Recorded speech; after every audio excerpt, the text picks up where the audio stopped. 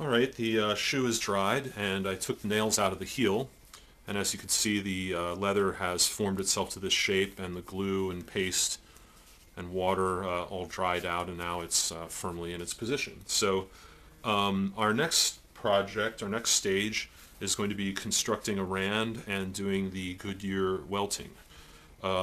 Goodyear was the name of the man that invented this technique that became very popular in the 19th century, and a superior way of sewing a shoe together. Before that, it was more common and to use the more primitive technique of simply pegging the entire shoe with actual little wooden pegs that you hit through the leather into the insole.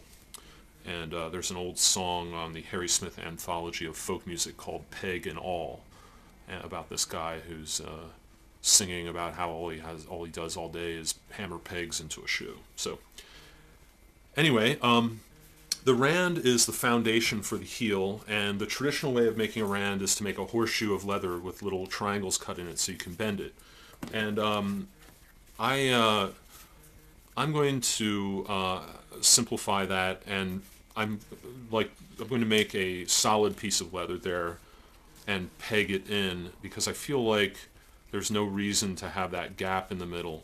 At first I was thinking that it could help form the cup shape for the heel to rest in, but after thoroughly hammering the insole down, I don't see that as happening any more than it already has. So I'm going to make a more substantial rand out of a solid, rather than U-shaped piece of leather, a whole piece of leather here, which will also give me a place to slide the shank into.